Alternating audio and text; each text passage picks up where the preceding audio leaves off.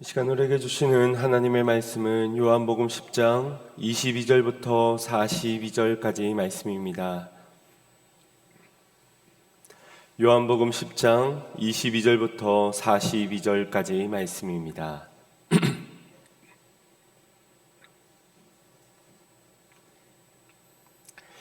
요한복음 10장 22절에서 42절까지 말씀 제가 봉독해 올리겠습니다. 예루살렘의 수전절이 이르니 때는 겨울이라. 예수께서 성전 안 솔로몬 행각에서 다니시니 유대인들이 애워싸고 가로되 당신이 언제까지나 우리 마음을 미혹해 하려나이까. 그리스도의 여든 밝히 말하시오 하니 예수께서 대답하시되 내가 너희에게 말하였으되 믿지 아니하는도다. 내가 내 아버지의 이름으로 행하는 일들이 나를 증거하는 것이오늘 너희가 내 양이 아니므로 믿지 아니하는도다. 내 양은 내 음성을 들으며 나는 저희를 알며 저희를 나를 따르느니라. 내가 저희에게 영생을 주노니 영원히 멸망치 아니할 터이요 또 저희를 내 손에서 빼앗을 자가 없느니라. 저희를 주신 내 아버지는 만유보다 크심에 아무도 아버지의 손에서 빼앗을 수 없느니라. 나와 아버지는 하나이니라 하신대 유대인들이 다시 돌을 들어 치려 하거늘 예수께서 대답하시되 내가 아버지께로 말미암아 여러 가지 선한 일을 너희에게 보였거늘 그 중에 어떤 일로 나를 돌로 치려 하느냐.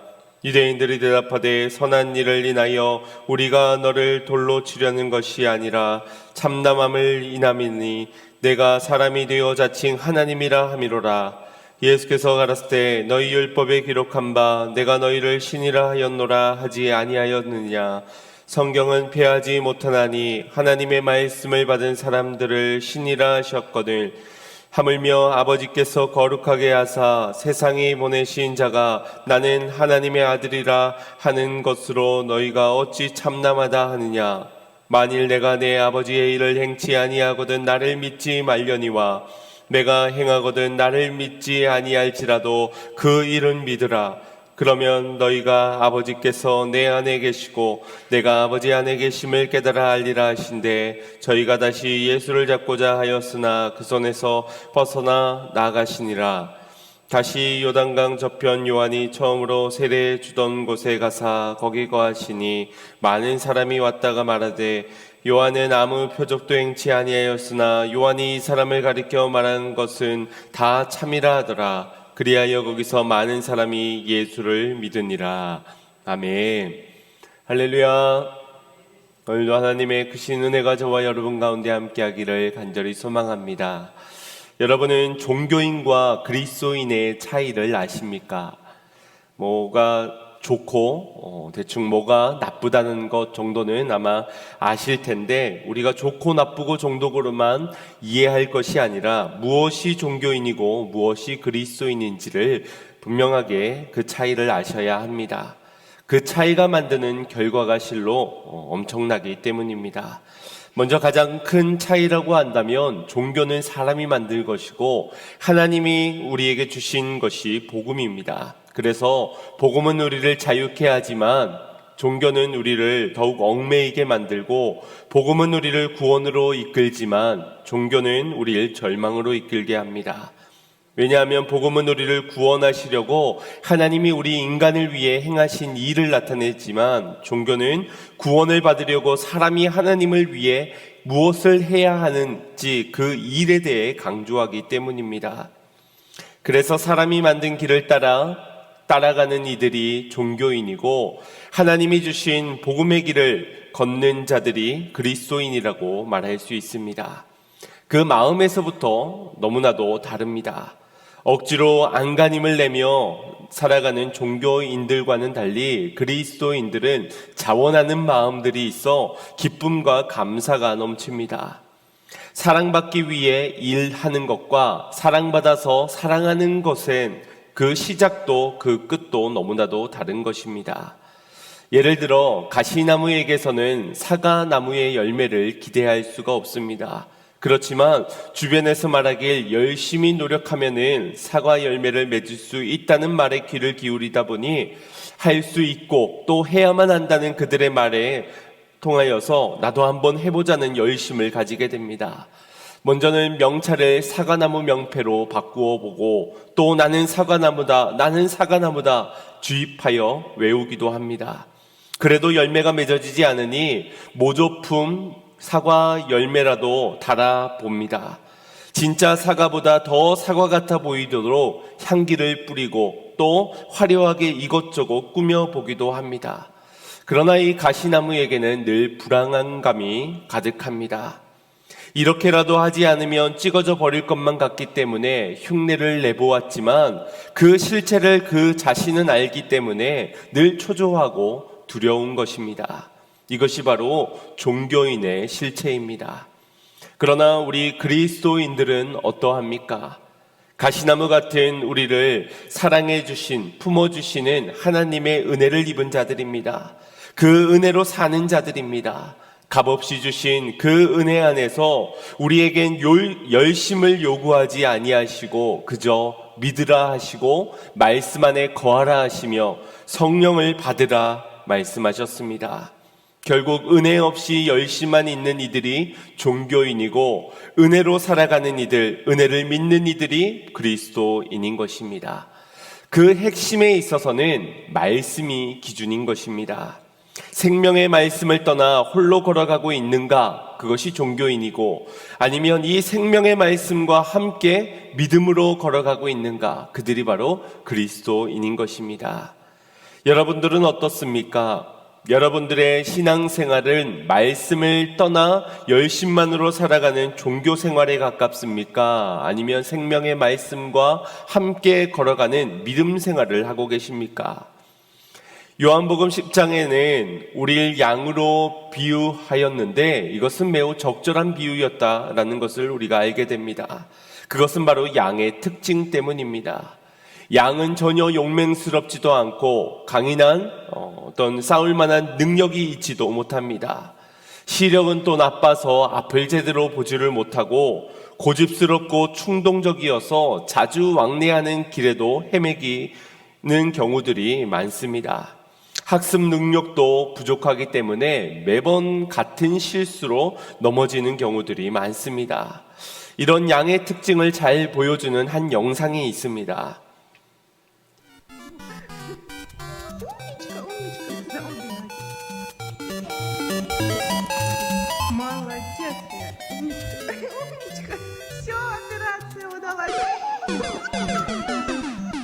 저게 바로 양입니다. 그래서 왜 하필 저런 양을 우리에게 비유하였는가 기분 나쁠 수도 있겠습니다. 그러나 한 가지, 양은 청각이 매우 다른 동물들보다 뛰어나서 소리를 잘 듣는다고 합니다. 그 무엇보다도 목자의 음성을 잘 구별할 수 있는 동물이 바로 이 양입니다. 그래서 아무 능력도 없는 양이 생존할 수 있는 유일한 길은 바로 목자의 음성을 듣고 목자의 인도를 따르는 길입니다. 마찬가지로 양인 우리가 생존할 수 있는 유일한 길도 하나님의 음성을 듣고 그 음성대로 따르는 것만이 우리가 생존할 수 있는 살 길이라는 것입니다. 아무리 능력이 있고 또 열심히 있다 하여도 말씀을 떠난 종교 생활로는 생명을 얻을 수 없고 영생을 얻을 수도 없는 것입니다. 선한 목자는 그런 양 같은 우리를 안다 하시고 양도 목자를 안다라고 말씀합니다. 여기서 안다라는 말은 단순한 정보를 말하는 것이 아닙니다. 목자가 양을 안다고 했을 때 양의 숫자가 몇 마리인지, 그가 수컷인지 암컷인지, 또 몇 년 된 양인지 그 정도를 아는 것을 말하지 않습니다. 그런 정보들은 사꾼도 알 수 있고 또 양털이범 절도나 강도들도 알 수 있는 것들입니다. 목자가 양을 안다는 것은 그 양이 내 양이라는 것을 아는 것이고 그 양의 마음도 알고 그 양의 상처도 아픔도 알고 그의 약함까지도 아는 것을 의미합니다. 그렇게 아는 것이 바로 선한 목자인 것이지요. 그래서 선한 목자는 양에게 가장 좋은 것이 무엇인지를 알고 그 좋은 것을 줄 수 있는 분이시며 그 양을 잃어버리게 되었을 때는 한 마리의 잃어버린 양을 찾아 나서는 것이 바로 선한 목자인 것입니다. 그리고 그런 목자를 양도 알아서 그분의 음성만을 따라갑니다. 아무리 혼잡한 상황에서 여러 가지 잡음이 들려온다 하더라도 목자의 음성에는 크게 반응하는 것이 양인 것입니다. 비유로 말씀해서 모른다면, 내 기준으로는 도저히 이해가 되어지지 않는다면, 그래서 그 말씀은 도저히 받아들일 수가 없고 순종할 수 없겠다라고 한다면 그 양은 그 목자의 양이 아니거나 종교 생활만 하는 양이라고 할 수 있겠습니다. 우리는 오늘 말씀을 통하여서 함께 점검해 보기를 원하는 것은, 나는 정말 모든 하나님의 말씀을 믿고 있는가? 하나님의 모든 음성을 따라 순종하며 따라가고 있는가를 함께 돌아보기를 원합니다. 혹시 믿음 생활이라고 말은 하면서 종교 생활만 하고 있는 것은 아닌지를 점검해 보자는 것입니다. 먼저 본문 22절, 23절 말씀을 보면 그 시작에서 예루살렘의 수전절이 이르니 때는 겨울이라 그때에 예수께서 성전한 솔로몬 행각에 다니셨다라고 기록하고 있습니다. 여기에 기록되어진 수전절은 구약 성경에서 유대인들이 지켜오던 절기는 아니었지만 예수님이 오시기 전 주전 164년경쯤에부터 이 유대인들이 지켜오던 절기입니다. 수전절, 이 수는 닦을 수고 전은 궁전전입니다. 그래서 성전을 닦는다라는 의미의 절기입니다. 이 절기의 유래는 시리아의 왕이었던 아티오코스 에피파네스라는 왕이 이 친헬라 정책을 펼치면서 유대 지역을 침략한 일이 있었는데, 그 당시에 8만 명에 이르는 유대인들이 학살을 당하게 되었고 여러 유대인들이 잡혀가 핍박을 당하기도 하였습니다. 그는 이 할례를 하게 되면은 사형을 시킨다는 정책으로 또 성전에 제우스 신상을 세우기도 하였고, 유대인들이 부정하다고 여기는 돼지를 잡아다가 제물을 드리게도 하였습니다. 그때에 더럽혀진 성전을 두고 볼 수가 없어서 마카비라는 투사가 무장혁명을 일으키게 되었는데, 그때 일으켰던 혁명 가운데 시리아군과 싸워서 승리를 얻게 된 것입니다.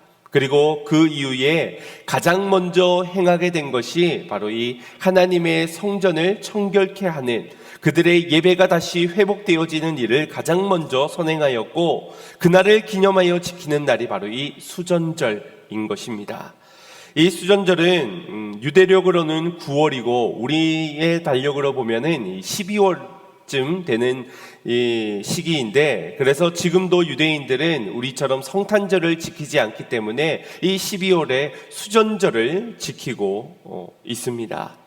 이날을 하나님께서 성전에 빛을 비추어 깨끗하게 하셨다라고 하여서 빛의 절기라고 부르기도 하는데, 8일간 이어지는 이 절기 가운데서는 각 가정에도 촛불을 밝히지만 이 성전에 큰 촛대를 세워서 빛을 밝히기도 하였습니다.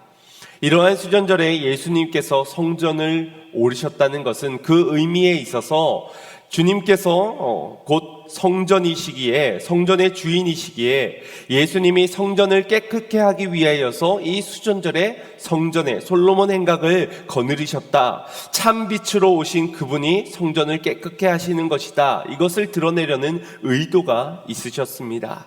그러나 그런 예수님을 보고도 유대의 지도자들은 예수님을 애워싸서 따져 물었습니다. 그 물음이 바로 24절 말씀입니다. 합독해 보겠습니다. 시작. 유대인들이 애워싸고 가로되 당신이 언제까지나 우리 마음을 의혹게 하려나이까? 그리스도여든 밝히 말하시오 하니. 아멘.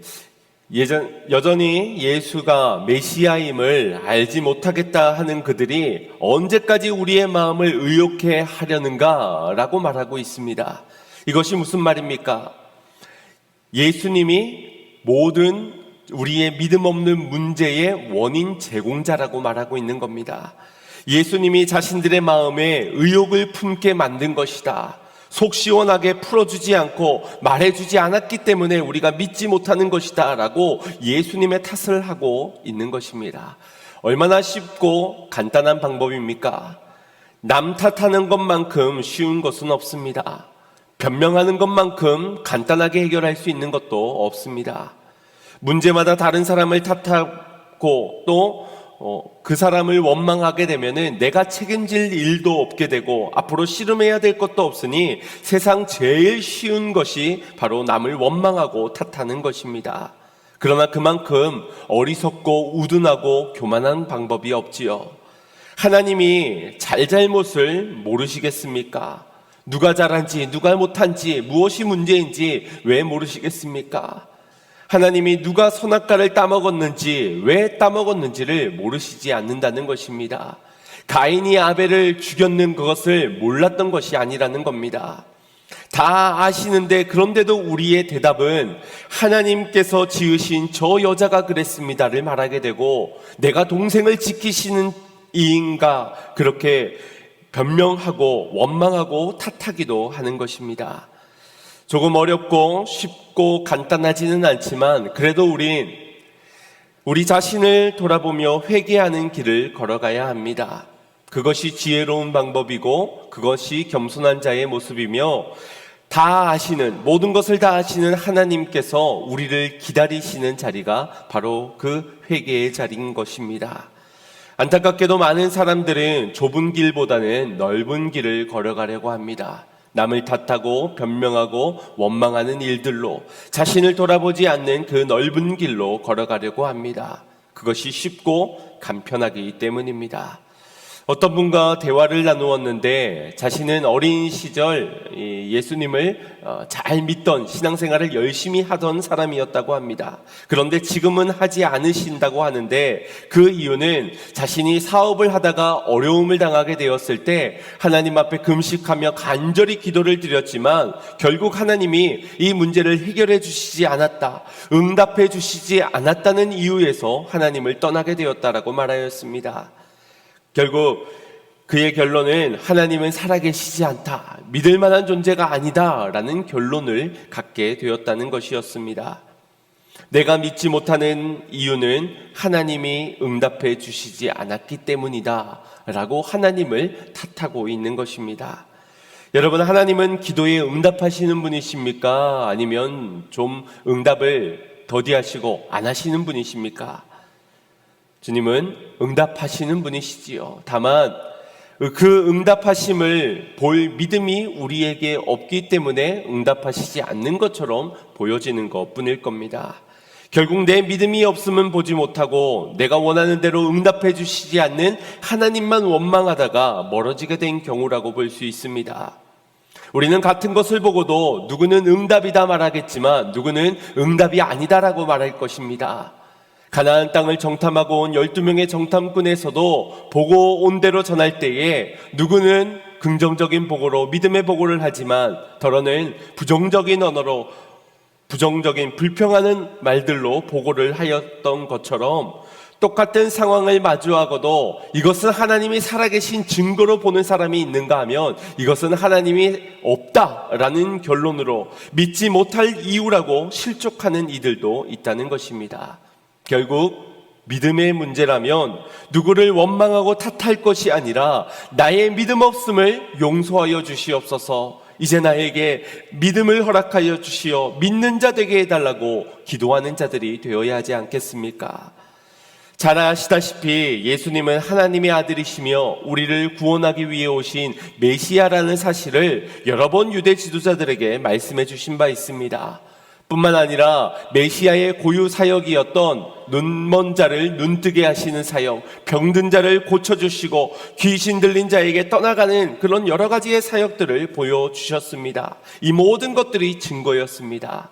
결국 저들이 믿지 못함은 증거가 부족해서가 아니라는 것입니다. 충분한 증거들이 있었지만 그들은 표적은 믿되 그가 하는 말씀은 믿지 못하였기 때문에 또한 예수님을 믿으려는 마음이 그들에게 없었기 때문인 것입니다. 예수님께서는 저들의 믿음 없는 이유를 25절, 26절에 이렇게 말씀해 주고 계십니다. 합독하겠습니다. 예수께서 대답하시되 내가 너희에게 말하였으되 믿지 아니하는도다. 내가 내 아버지의 이름으로 행하는 일들이 나를 증거하는 것이오늘 너희가 내 양이 아니므로 믿지 아니하는도다 말씀하셨습니다. 결국 내 양이 아니므로 내 음성을 듣지 못하고 내 음성을 듣지 못하니 너희가 믿을 수 없다, 믿지 못하는 것이라고 말씀하신 겁니다. 더 많은 증거가 무슨 소용이 있겠습니까? 목자의 음성을 듣지 못하는데 말입니다. 더 많은 응답이 있다고 달라지지 않을 것이라는 겁니다. 요한복음 9장에서 예수님은 날 때부터 소경된 자를 찾아가 만나주셨고 그에게 실로암에 가서 씻으라는 말씀을 하셨습니다. 소경의 입장에서 그가 누구인지를 알고 그의 말에 순종하겠습니까? 결코 순종할 수 없는 상식밖의 요구를 초면인 사람에게 듣게 되는 것입니다. 그러나 예수님의 음성을 들었을 때에 믿고 순종해야 한다라는 확신이 소경에게 있었고 부가적인 어떤 설명이나 설득도 없었지만 들은 그대로를 믿고 따랐습니다. 그건 소경이 주님의 양이었기 때문이고 목자의 음성으로 들었기 때문이라고 할 수 있습니다. 반대로 유대 지도자들에게는 그 마음이 의욕으로 가득 찼다라는 것은 목자의 음성으로 듣지 못한 주님의 양이 아니었기 때문이었습니다. 그 결과 그것이 믿지 아니하는도다로 나타나게 된 것입니다. 27절 말씀을 보겠습니다. 시작. 내 양은 내 음성을 들으며 나는 저희를 알며 저희는 나를 따르느니라. 아멘. 내 음성을 들으며 저희는 나를 따르느니라. 들으며 따르느니라. 결국 믿음은 이것입니다. 듣는 것이고 그리고 따르는 것이 믿음입니다. 그리고 이것이 바로 그리스도인들의 믿음 생활인 것입니다. 듣지 못한다면 그리고 따르지 못한다면 그것은 믿음 생활이라고 할 수가 없는 것이지요.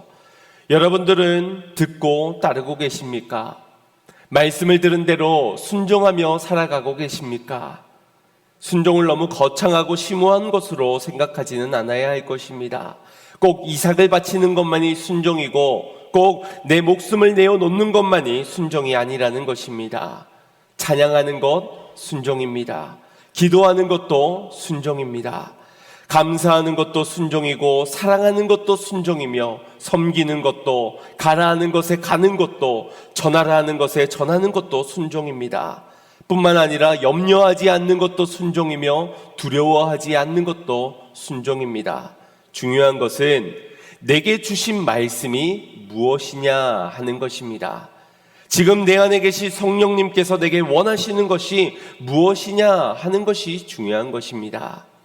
주님께서 지금 원하시는 것이 나의 어떤 용서와 사랑인데 주님 전 기도만 하겠습니다 라고 한다면 그것은 종교생활일 것입니다.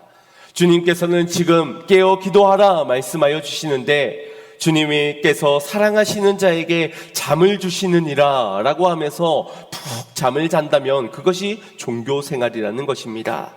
목자의 음성과는 상관없이 내가 할 수 있는 최선으로 내가 하고 싶은 대로 살아가는 것, 그것이 바로 종교생활의 모습인 겁니다.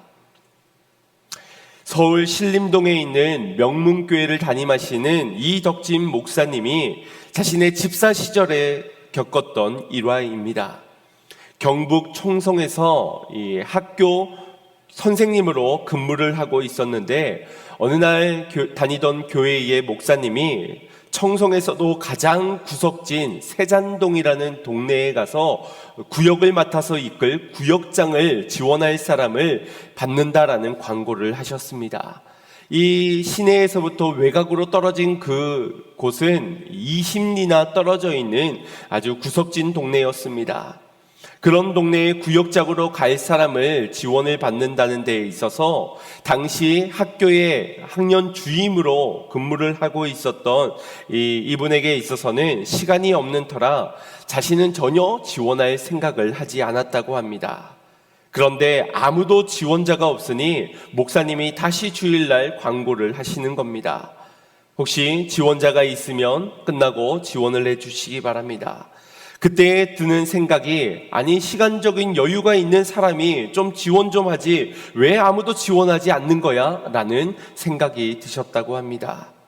그때 그분의 마음속에 드는 생각이 너는 왜 안 되냐? 라는 음성이 들렸다라고 하십니다. 그때 나는 안 되죠. 나는 학교에 일이 너무나도 바빠서 도저히 갈 수가 없습니다. 할머니 두 사람을 위해서 가는데 2시간, 오는데 2시간, 그렇게 시간을 나는 사용할 수가 없지 않습니까? 그래서 나는 안 됩니다. 라는 다짐을 하였다고 합니다.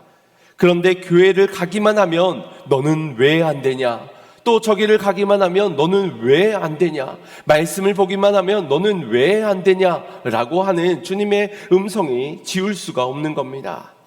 결국 자기가 가겠다고 목사님에 찾아가서 지원을 하고 말았는데, 그랬더니 오히려 목사님이 놀라시면서 아유 집사님은 안 되십니다. 시간이 없으시니 다른 분이 하도록 양보하시지요 라고 하시더랍니다. 그래도 이미 작정한 것 목사님께 말씀을 드리면서, 목사님 나도 그러고 싶은 마음이 간절한데 하나님이 자꾸 제 속에서 내가 가라고 하시니, 저보고 가라고 하시니 저도 어떻게 할 도리가 없습니다 라고 대답하면서 그 구역장의 일을 맡았다고 합니다.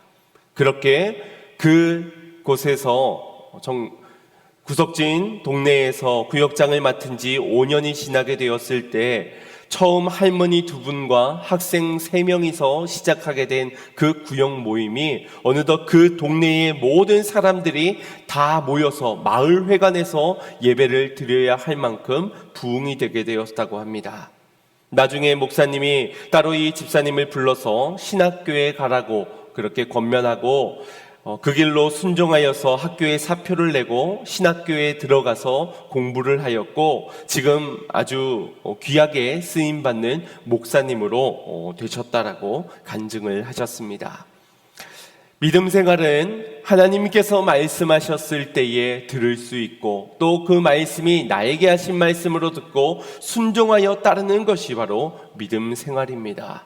그런데 내 사정과 내 형편을 보면서 할 수 없다, 내게서 하시는 말씀이 아니다라고 거부하고 내가 할 수 있는 것만 하는 것, 그것이 종교 생활이라고 할 수 있겠습니다.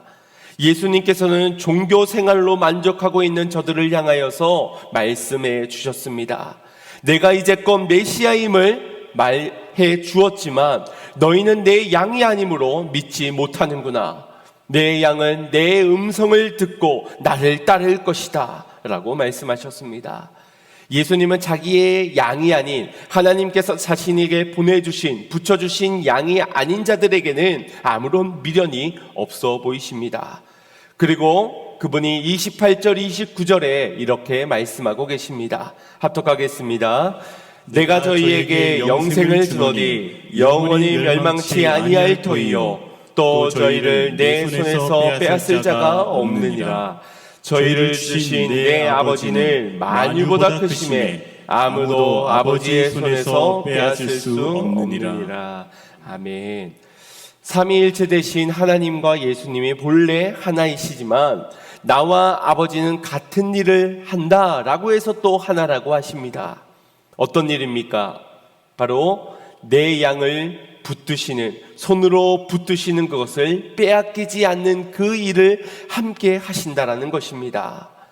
주님께서는 늘 선하신 이 일을 하십니다.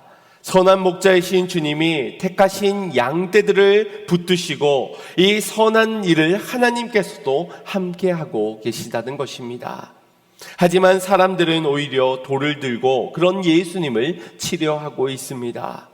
저들이 단순히 남의 양이고 사꾼이었다면 선한 목자의 음성을 듣지 못하는 것으로 그쳐버리고 말았겠지만, 저들이 빼앗으려는 절도요, 해하려는 강도이기 때문에 지금 선하신 예수님을 향하여서 돌을 들고 죽이려 하고 있는 것입니다. 표면적으로 신앙생활을 하는 종교인들의 무서움을 우리가 다시 한 번 더 상기하게 됩니다. 누가 과연 유대 지도자들이 절도요 강도자라고 생각했겠습니까?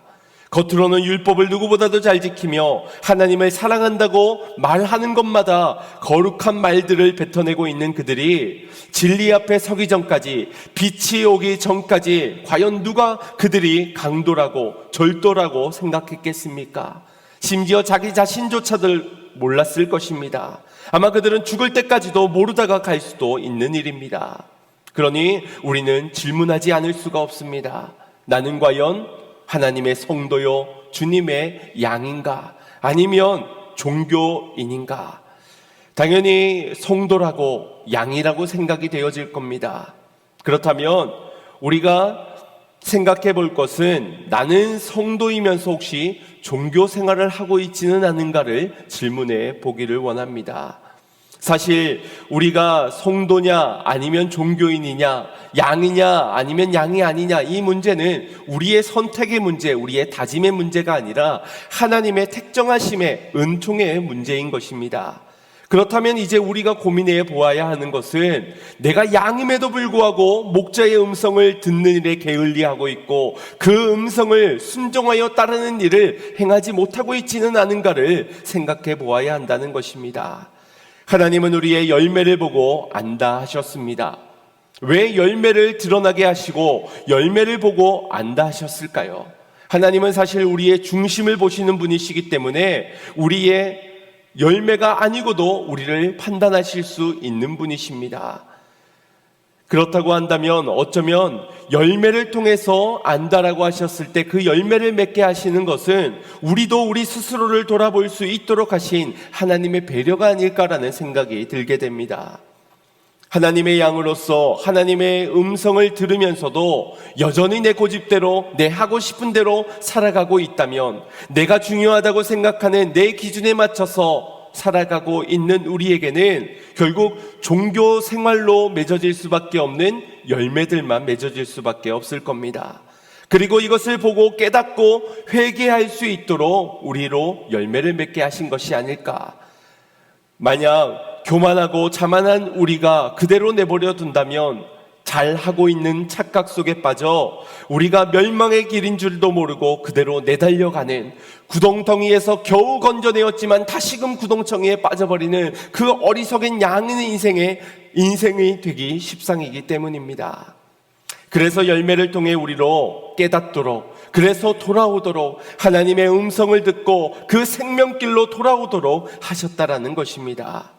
이 모든 것이 하나님의 손으로 우리를 붙들고 계시기 때문에 우리가 돌아올 수 있고, 결국 빼앗기지 아니하시려는 하나님의 사역, 예수님의 일하심, 그 은혜를 통하여서 우리가 그분의 음성대로 돌아올 수 있게 되는 것인 줄 믿습니다. 그래서 하나님이 받으시는 열매, 하나님이 보시는 열매는 다른 것이 아니라 주님 안에 있을 때 맺어지는 열매요, 말씀 안에 거할 때 맺어지는 열매인 것입니다. 목자의 음성을 듣고 따르는 자들이 결국 열매 맺는 성도요, 주님의 양들인 것입니다. 요한복음 17장 6절에서도 동일하게 말씀하고 계십니다. 합독하겠습니다. 세상 중에서 내게 주신 사람들에게 내가 아버지의 이름을 나타내었나이다. 저희는 아버지의 것이었는데 내게 주셨으며 저희는 아버지의 말씀을 지키었나이다. 아멘. 말씀을 듣고 말씀을 지키는 이들이고 주님의 양이요 열매 맺는 인생입니다. 이렇게 말할 때더러는 염려하는 분이 계실지 모르겠습니다. 좀처럼 하나님의 음성이 들리지 않기 때문에 나에게는 좀처럼 말씀을 안 해주시는 것처럼 오해하는 분도 계실 겁니다. 그러나 그렇지 않습니다. 우리에게 일반 계시의 성경의 말씀들을 우리에게 허락하여 주셨고, 또 얼마든지 특별 계시 가운데서 우리에게 지금도 말씀해 주시는 분이십니다. 선한 목자 되신 주님은 양들로 늘 말씀의 꼴을 풍성히 먹이시는 분이시라는 겁니다. 그렇게 길가에, 돌짝밭에, 가시덤불이 무성한 그 밭에도 씨를 뿌리시는 분이시라는 것을 믿으시길 바랍니다. 결국 우리가 주님의 음성을 듣고자 하는 마음이 있어야 할 것입니다. 리차드 범브란트라는 목사님이 계십니다. 그분은 그리스도를 위하여서 고난을 받다가 순교를 하신 분이십니다. 1948년경 루마니아 비밀 경찰에 의하여서 투옥되었던 이 목사님은 14년간 옥에서 살면서 그의 신앙을 버리게 하려는 공산당의 여러 가지의 노력에도 불구하고 끝까지 믿음을 지키셨던 분이십니다. 그분은 이 감옥에서 엄청난 고문과 핍박을 받으셨는데 거꾸로 매달려 채찍을 맞는 일, 그것은 예사였고, 속옷만 입힌 채 냉동고 안에 집어넣고 몸이 얼어붙을 때쯤 다시 따뜻한 방으로 보내어서 몸을 녹였다가 다시 풀려지면 냉동실에 집어넣기를 반복했다고 합니다. 그래서 그분이 감옥에서 나오게 되었을 때 이 냉장고 문을 여는 것조차 두려워할 정도로 이것이 트라우마가 되셨다는 말도 하셨습니다. 그래도 믿음을 저버리지 않던 범브란트 목사님에게 이 비밀 경찰들은 그를 배교시키기 위한 교묘한 심리전을 사용하였다고 합니다. 수년 동안 일절 면회를 허락하지 않고 있다가 가족 면회를 허락하니 집에다가 엽서 한 통을 보내라는 이야기를 하였습니다. 그렇게 엽서를 간절하게 보내어 가족들을 만나게 될 날을 고대하던 가운데 드디어 면회 날이 오게 되었습니다. 감옥에서는 새 내복을 죄수들마다 내어주며 그들의 마음을 들뜨게 만들었습니다. 그런데 이 목사님에게는 아무도 면회가 찾아오지 않았던 것입니다. 자신의 엽서가 아내의 손에 들어가지도 못하게 되었음을 알 수 없었던 그는 실망감을 감출 수가 없었습니다. 그때에 방송으로 아무도 너를 사랑하지 않는다, 아무도 너를 사랑하지 않는다라는 방송을 내보내게 됩니다. 그리고 그 말을 들었을 때 이 범브란트 목사님은 그 말이 사실인 것처럼 느껴졌습니다. 자신도 모르게 눈물이 흐르는데 나중에는 흐느껴 울게 되셨다고 합니다. 감옥의 동료들도 그를 비웃었습니다. 내가 믿는 하나님은 죽었다고, 하나님은 안 계시다라고. 낙심된 범브란트 목사님에게 충격적이게도 이 말이 믿어지기 시작했던 것입니다. 내가 지난 세월 동안 어떻게 믿음을 지켜왔는데 하나님 어떻게 나에게 이러실 수 있으십니까? 원망의 마음, 하나님을 탓하는 마음들이 들게 되셨습니다. 그 순간 그분의 마음속에 한 가지 떠오르는 장면이 있었는데 그것이 바로 예수님께서 무덤에 묻히실 때에 그 무덤가에서 울부짖던 여인들의 모습이었습니다. 그 여인들도 나처럼 절망스러웠겠지. 그 여인들도 나처럼 고통스러웠겠지. 그러나 그들은 예수님의 무덤을 떠나지 아니하고 그곳에서 울부짖었구나. 그 시간 범란트 목사님의 마음을 붙잡아 주시는 하나님의 은혜의 손길을 경험하게 되었습니다. 환난과 혼돈 속에서 자신의 모든 판단까지도 흐려지고 있던 이 상황 가운데서 하나님이 그분의 마음을 붙잡아 주시고 그러기에 다시 한 번 더 하나님의 사랑을 확증할 수 있는 말씀이 회복되어지게 한 것입니다. 그래서 그분이 두려움과 절망 가운데 이런 고백을 드리셨다고 합니다. 하나님, 무덤 곁에 울던 여인들처럼 나도 그저 울기만 하겠습니다. 할 수 있는 건 아무것도 없지만 나도 무덤가에 울부짖었던 그 여인처럼 주님께 부르짖겠습니다. 그와 같은 믿음으로 끝까지 견뎌냈던 범란트 목사님은 결국 풀려나게 되었고 루마니아에서 다시 기독교의 부흥이 올 때까지 선교 단체를 세워가고 여러 신앙의 서적들을 기록하며 또 전 세계에 핍박받고 박해받는 여러 성도들에게 용기를 주는 사역들을 끝까지 감당하셨다고 합니다.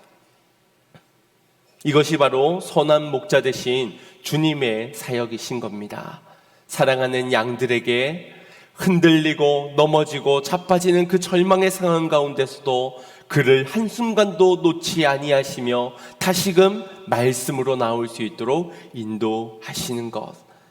우리가 그분으로 듣고자, 기도하고자, 순종하고자, 사모하는 마음으로 나아간다면 하나님은 변함없이 우리에게 말씀해 주실 것입니다. 문제는 우리가 목자의 음성을 들으려는 마음, 들을 때에 우리의 마음이 어떠하는가 하는 문제입니다. 여러분들은 말씀을 들을 때 어떤 마음의 자세를 가지고 계십니까? 말씀대로 따르려고 들으십니까? 순종할 수 있는 것을 듣기 위해 사모함으로 듣고 계십니까? 열매 맺기를 사모하면서 들으려고 하십니까? 아니면 예배 시간 중에 말씀 시간도 있으니 그냥 듣는 것이고, 교장 선생님 훈화 말씀처럼 오늘 좋은 말씀, 무슨 말씀 하나 어디 한번 들어보자 라는 마음으로 듣고 계십니까? 그런 마음에서 되도록 설교는 짧았으면 좋겠고, 웃긴 예화도 들어갔으면 좋겠고, 쉽고 간단하게 설명되었으면 좋겠고, 내가 아는 것보다는 모르던 정보들을 제공받았으면 좋겠다는 마음, 혹시 그런 마음으로 듣고 계시지는 않습니까? 나의 상황과 빗대어서 판단하는 말씀으로 듣고 계시지는 않습니까? 그런 마음으로 듣기 때문에 더러는 긍정적인 보고를 하고, 더러는 부정적인 말로, 더러는 응답이 아니다라고 말하기도 하고, 더러는 나랑 상관없는 말씀으로 나누기도 하는 것입니다.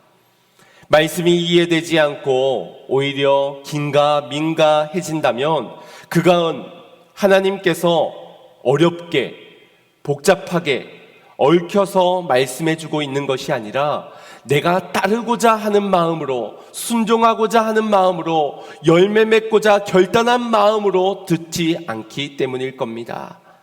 사무엘처럼 주님의 음성을 듣기 위해서는 주여 말씀하여 주시옵소서, 주님의 모든 말씀, 모든 명령을 준행하여 따를 종이 듣겠나이다, 이러한 마음으로 들을 때 순종할 수 있는 말씀을 받게 될 것이고, 그 말씀대로, 선명해진 그 말씀대로 일평생 살아가게 되는 것입니다. 만약 우리가 이러한 마음으로 지난주에 설교를 들었다면 우리가 지난 한 주간은 어떠한 삶을 살았겠습니까? 아마도 하나님의 양을 찾았겠고 그 양들에게 먹을 꼴을 먹이지 않았겠습니까? 내 양을 먹이라 하셨으니 양을 찾아 하나님의 말씀의 꼴을 풍성히 먹이는 일에 힘쓰지 않았겠습니까? 그 양이 자녀이든지 혹은 이웃이든지 예그림이든지 양들에게 주신 마음을 따라 꼴을 전하였을 것이고, 내가 주님의 양이 되어서 생명의 꼴을 먹기 위해 주님의 말씀 앞으로 찾아와 나오는 그런 한 주간을 보내었을 겁니다. 그러나 이러한 마음의 준비가 없이 하나님의 말씀을 건성으로, 거저 형식적으로 종교 생활하는 종교인의 모습으로 듣는다고 한다면 내가 나를 사랑하는 질문은 베드로에게만 하신 질문이었을 겁니다. 그에게만 맡긴 양이었을 것이고 그만 해야 하는 사명일 뿐 나라는 상관없는 말씀이 되었을 것입니다. 그래도 뭐라도 해야 되긴 하니 밥을 먹을 때 기도하는 정도, 술을 마시지 않고 담배 피지 않는 그 정도의 신앙생활, 주일엔 교회에 와서 예배드리는 그 정도로 신앙생활의 전부라고 말하고 거기에만 만족할 것입니다. 이것이 종교생활과 믿음생활의 차이요, 그 결과는 생명이냐 죽음이냐 그 차이가 되는 것입니다. 양은 목자의 음성을 듣고 지켜 따르는 믿음 생활을 해야 하는 자들입니다. 이를 위해 부름받았고 이를 위해 지금도 주님께서는, 하나님께서는, 선한 목자 되신 주님께서는 우리를 손으로, 의로운 손으로 우리를 붙드시고 우리로 하여금 마음의 낙심됨 가운데 말씀을 놓쳐버리지 않을 수 있도록 지금도 빼앗기지 아니하시려고 선한 일을 하고 계시다라는 사실입니다. 지금도 선한 일을 이루어가고 계시는 그 주님을 믿으시길 바랍니다. 그 주님을 믿고 이제 우리의 마음을 정돈하기를 원합니다. 듣기를 사모하십시오. 순종하기 위해 듣기를 소망하십시오. 우리가 사모하는 마음이 없으면 주님도 그 마음은 어찌하지 않으실 것입니다. 마음을 보시는 하나님께서 우리의 마음까지 억지로 바꾸어 놓지는 않으실 것이라는 겁니다. 그저 마음의 문을 두드리시는 그 선한 일을 지금도 지속적으로 나의 택한 양들을 향하여서 두드리고 계신 것입니다. 성경에서는 우리의 마음을 성전이라 하였고요, 또 그 마음의 생명이 근원지라고 하셨습니다. 이 마음이 히브리어로 레브라는 말인데 영혼과 육체의 중심지라는 뜻입니다. 그래서 마음이 없이는 영혼도 나아갈 수 없고 육체도 나아갈 수가 없는 것입니다. 바라기는 오늘도 선한 일 가운데 우리의 마음을 두들고 계시는 주님의 선하신 일하심을 믿으면서 듣기를 사모하는 우리의 마음으로 순종하기를 결단하는 마음으로 나아가기를 소망합니다. 그래야만 살 수 있는 겁니다. 그래야만 양이 살 수 있기 때문입니다. 하나님께서 우리를 붙들어 주실 때에 그 마음에 말씀을 심으시고 그 말씀대로 믿고 순종하며 따르는 삶이 되시어서 살되 영원히 풍성히 사는 주님의 꼴을 먹고 주님과 더불어 승리하며 살아가는 복된 인생들이 되시기를 주님의 이름으로 축원드립니다. 우리 같이 말씀을 생각하시면서 찬양의 고백드리고 기도드리겠습니다. 내 삶에 들어온 주님의 말씀이 내게 빛이 되시니 내 삶의 어두운 절망 가운데 소망 보게 하시네. 내 삶에 들어온 주님의 말씀이 나를 인도하시니 내 삶의 막막한 문제 가운데 주 뜻 보게 하시네. 말씀이 내게 역사하기를 말씀이 내게 살아있기를 하나님 말씀을 듣겠나이다. 주님의 음성을 듣겠나. 말씀이 내게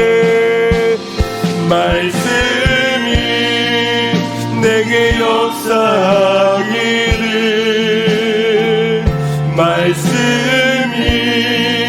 내게 살아있기를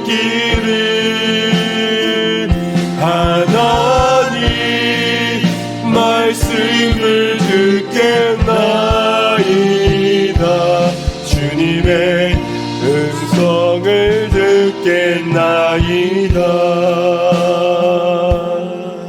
이 시간 같이 기도할 때 남 탓하기를 즐겨하고 원망의 말로 변명의 말들로 외면하렸던 우리의 인생 가운데서 하나님의 음성은 들려졌지만 그 말씀대로 살아갈 어떠한 준비도 어떠한 결단도 다짐도 사모함도 없었던 우리의 연약함을 이 시간 인정하기를 원합니다.